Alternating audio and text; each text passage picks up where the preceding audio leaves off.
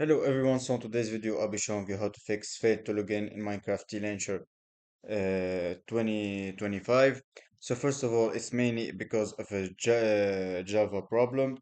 Just go here to your T-Launcher, click on settings, go here to settings another time, and then you will see here selection Java, click on change, and after that just click on the reset button and you will have it here.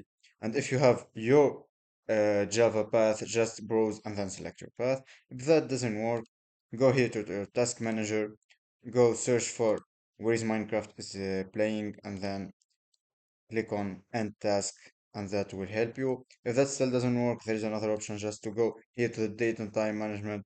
This may be cause you some problem. Make sure to synchronize the time, make sure that you have a good connection. And finally, if all this doesn't work, just delete the T-Launcher that you have and reinstall it because it's a Java problem. So that's all. If you like this video, please don't forget to subscribe, hit the like button for more tutorials.